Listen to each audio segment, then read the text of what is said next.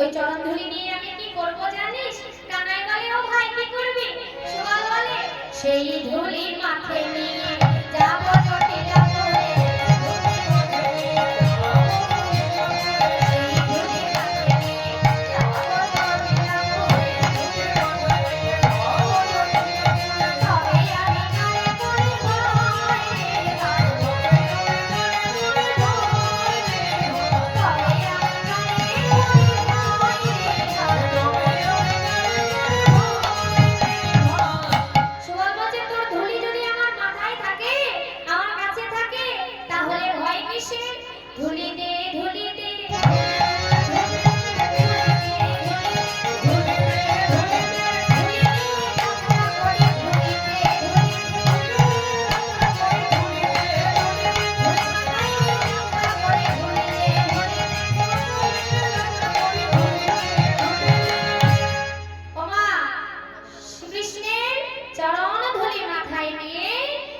সুবল সভা চলেছে কোথায়?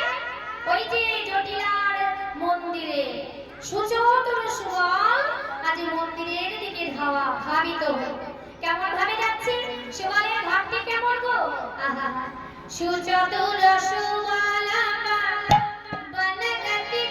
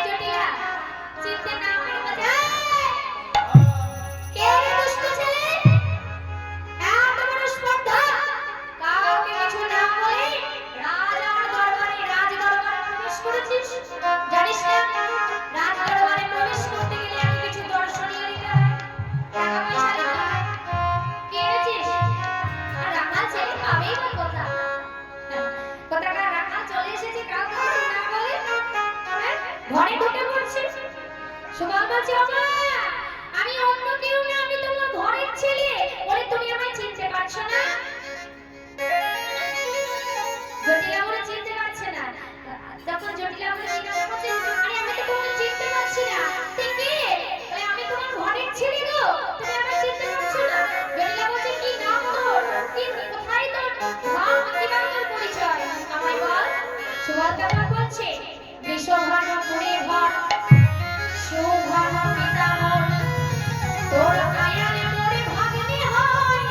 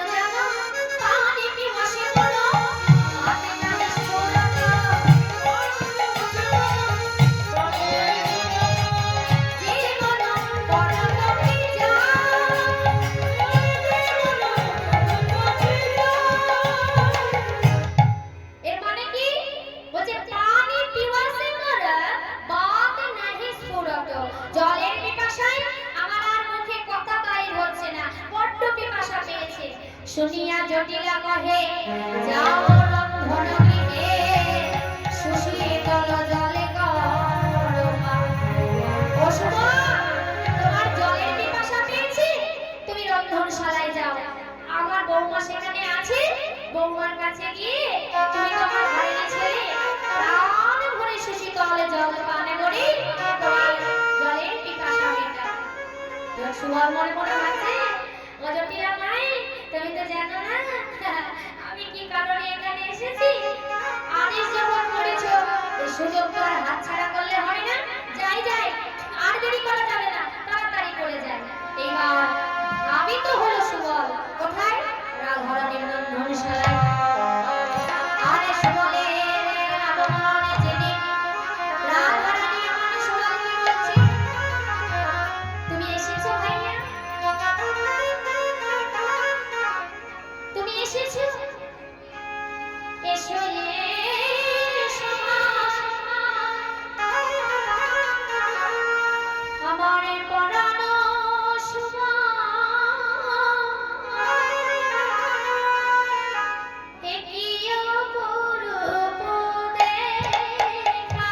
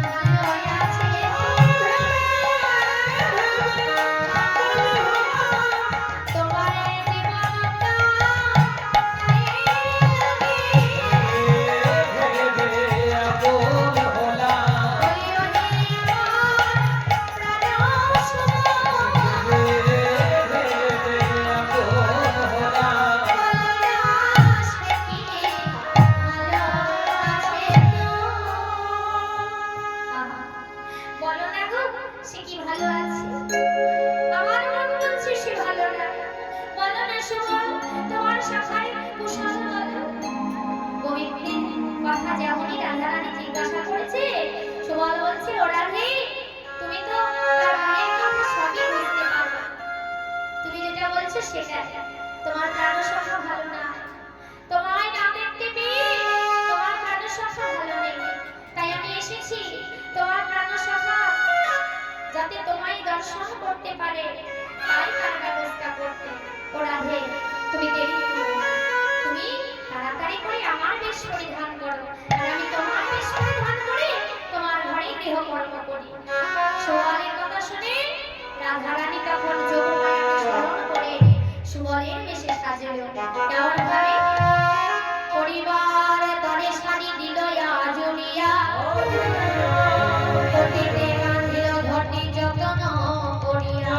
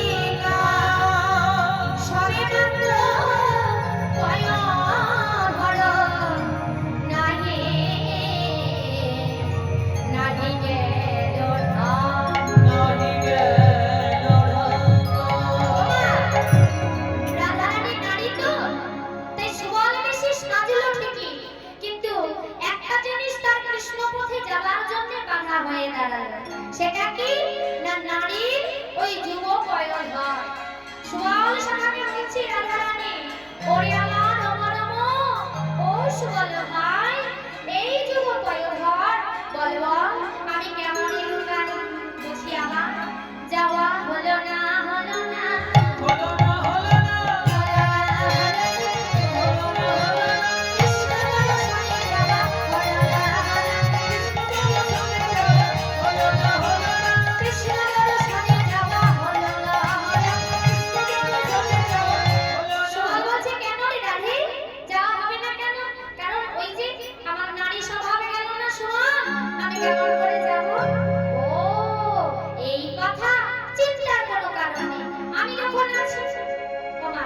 সুবল তখন যোগমায়াকে স্মরণ করলো, রাধারানীও যোগমায়াকে স্মরণ করলো, আর যেই না যোগমায়ার শরণাপন্ন হলো, যোগমায়া মায়ার দ্বারা একটি বাছুরি সৃষ্টি করলো।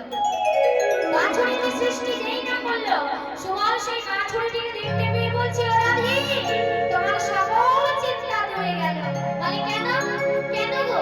ওই যে দেখছো না নবীন বাছুরি, যেটা খুঁজতে খুঁজতে আমি এখানে এসেছিলাম, ওই দেখো সেটি একই বাছুরি দেখা গেছে। তুমি একটু দাঁড়াও, আমি সেই নবীন বাছুরি তোমার হাতে তুলে দিই, তুমি তাকে কোলে নিয়ে কৃষ্ণ দর্শনে গমন করো। তোমার শাশুড়ি কি, তোমার ননদিনীও তোমায় চিনতে পারবে না, তুমি আদৌ রাধারানী নাকি সুবল। এটাই গল্প হয়ে বল। সুবল কি করলো? সেই বাছুরিকে এনে রাধারানীর কোলে দিল, আর সেই নবীন বাছুরি কোলে নিয়ে রাধারানী এবার ঘরের বাহির হবে, আর সুবল রাধারানীর এসে ঘরের মধ্যে রয়ে গেল। হ্যাঁ, এবার যেমনই ঘর থেকে যাবে, ঘরে তো গুরুজন আছে, শাশুড়ি মা জটিলাকে প্রণাম করতে গেছে। ওমা, জটিলা তো আর বুঝতে পারেনি যে সুবল যাচ্ছে না বৌমা যাচ্ছে। ওমা, বৌমাকে চিনতে না পেরে সুবল মনে করে আশীর্বাদ দিয়ে বললেন, কি বললেন? বলি জয় হোক, জয় হোক,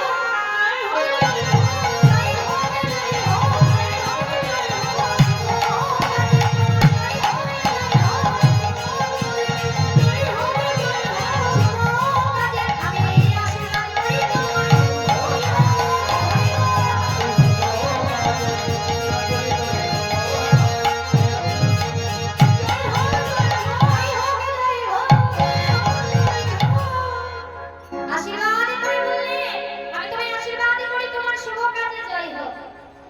আশীর্বাদ যখন পেয়ে গেল, আর কি জয়ী না হয় বাবা? হ্যাঁ, রাধারানী সুবল বেশি এবার বাছুরি নিয়ে ঘরের বাহির হলো। নিজ মন্দির ত্যাজি গতং ঝটিতং দোল কুণ্ডল গণ্ডিম মণ্ডতটং, নিজ মন্দির ত্যাগ করে ঘরে বাহির হলো। সুবলের বেশে হরি, সুবলের বেশে রাধারানী এবার কোথায় চলেছে? না শ্যাম সুন্দরের খোঁজে অন্বেষণে উদ্দেশ্য করিতে হরি।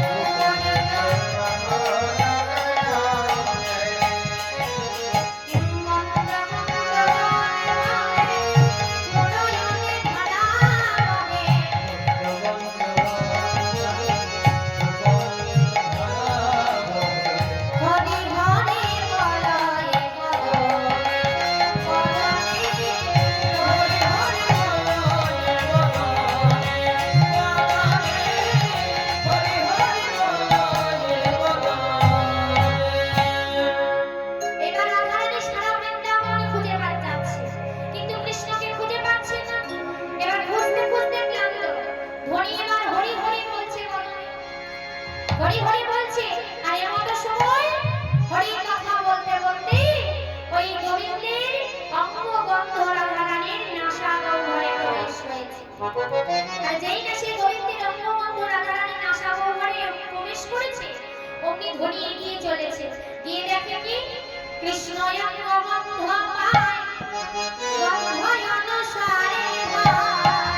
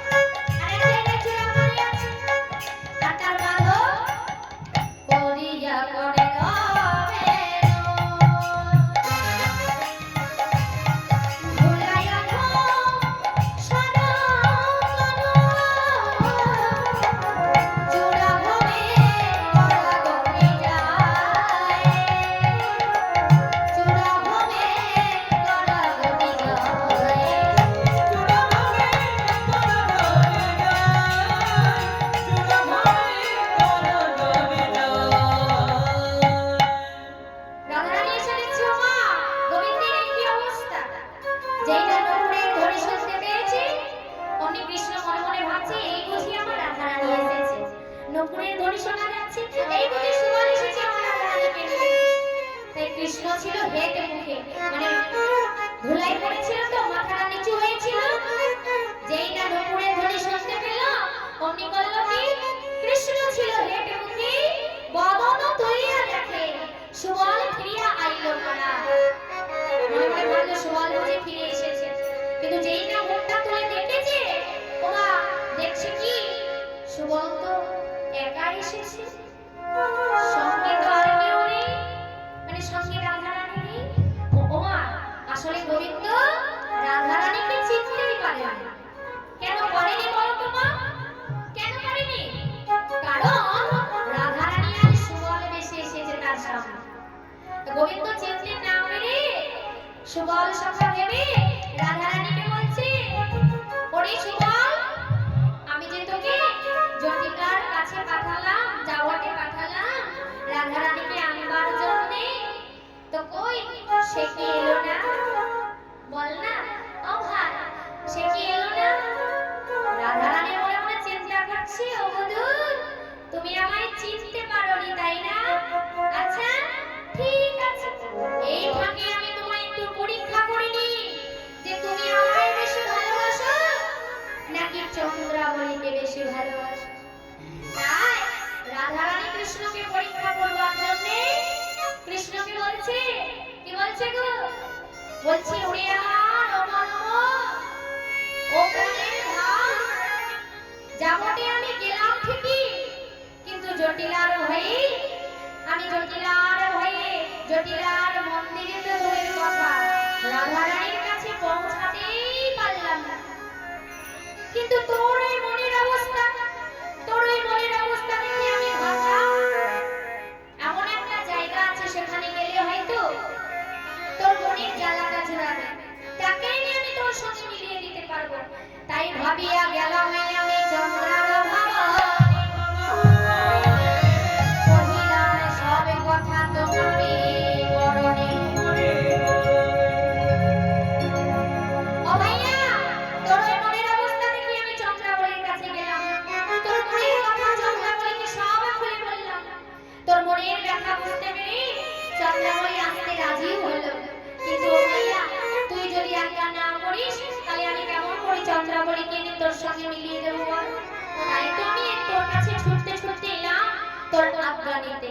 তাই বলি কি, আর দেরি করিস না ভাই, আজ্ঞা করো হে আমার, ওরে কালো শশী,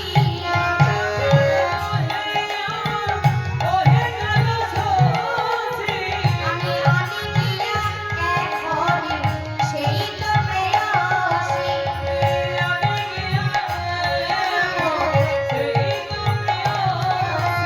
ও ভাই, তুই একবার অনুমতি দে, আমি চন্দ্রাবলীকে নিয়ে তোর সঙ্গে মিলিয়ে দিই। গোবিন্দ তখন বলছে, ও শোভা, তুই তোর কানাইকে এই চিনলি? আমার পিপাসা পেয়েছি জলের, আর তুই কিনা চন্দ্রাবলী রূপী অনল আমার সামনে এনে দিবি?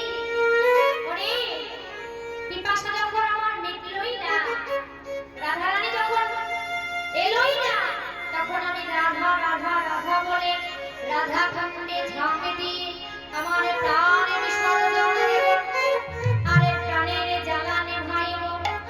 গোবিন্দের গলাও যা, করাও তাই। ওমা সুবল ভেবে রাধারানীকে বলতে বলতে গোবিন্দ ওই রাধা খণ্ডে ঝাঁপ দিতে গেল, আর যেই না ঝাঁপ দিতে গেল, অমনি রাধারানী কি বলল, এত বলি রাধা খণ্ডে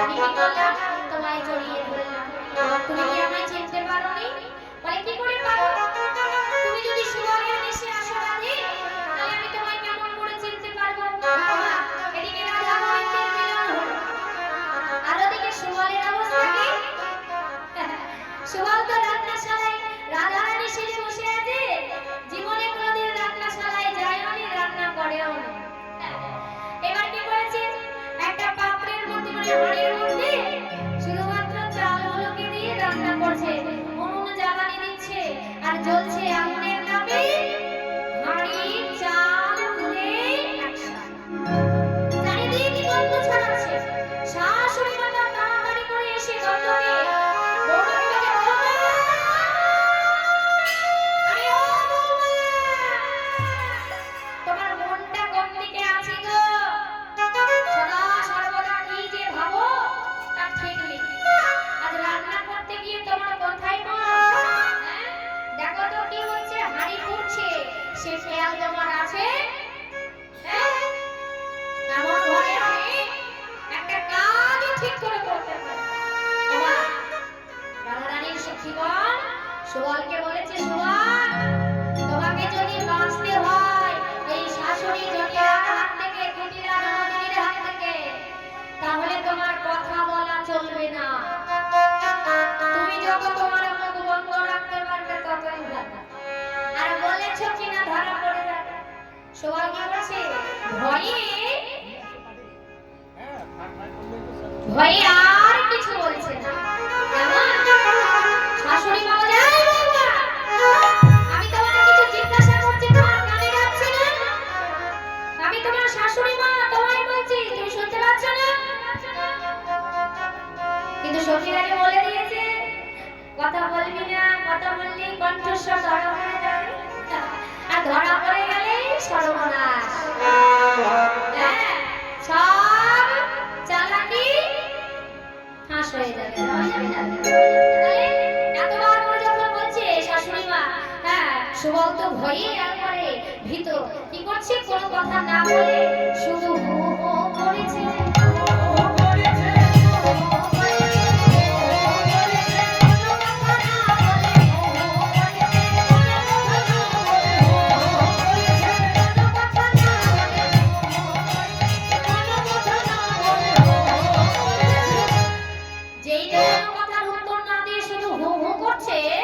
অমনি তখন শাশুড়ি মা মনে মনে চিন্তা করছে আজ আমার বৌমার হয়েছে কি কোনো কথা বলছে না শুধু হু হু করছে সখীরা বলছে ও জটিলা মা আর বলো কি ওই যে কালকে তোমার বৌমা যমুনায় গিয়েছিল না কলসি নিয়ে স্নান করতে আমাদের মনে হয় কি জানো ওই যমুনার কূলে কদমতলায় একটা ভূত থাকে আমার মনে হয় ওই যমুনার কূলে কদমতলায় স্নান করতে গিয়ে জল আনতে গিয়ে ওই কালো ভূতে ধরেছে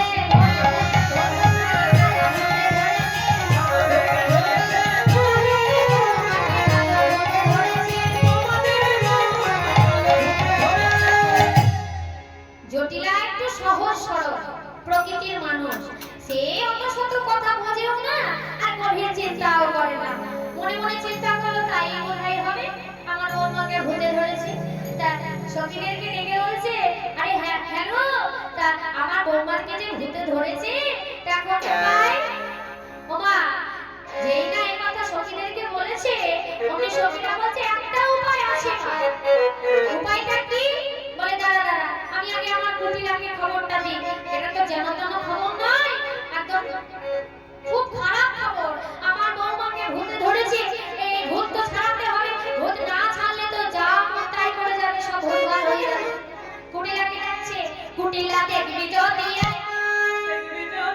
কুটিলা দেখবি যদি বৌমাকে ভূতে ধরেছে হরি বল হরি বল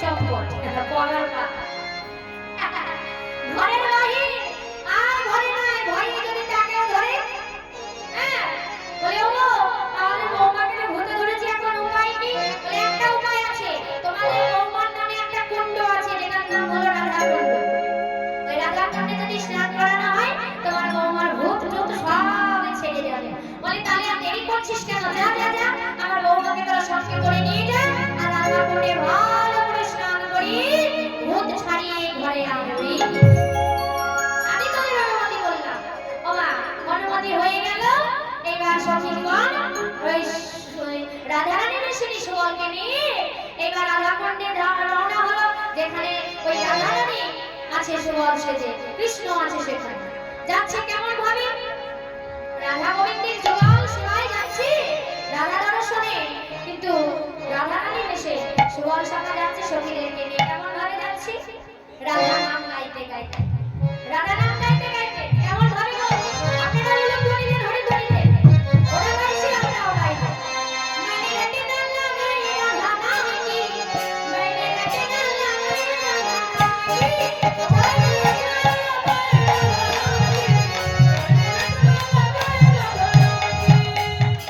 মায়েদের হাত নেই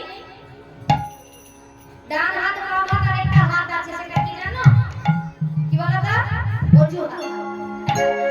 অজু হাত নিয়ে বসে থাকলে হবে হাত আছে সেগুলো দেখাতে হবে যে আমাদেরও হাত আছে দেখাও দেখি কার কার কার আছে দেখি আর যাদের নাই তারা তো তুলতেই পারবে না তাদেরকে আর বলে কি লাভ তো যার যার আছে তারা তারা তোলো সবাই মিলে গাইছে সখীরা এবং সুবল मैंने रटे डाला गाई राधा नाम की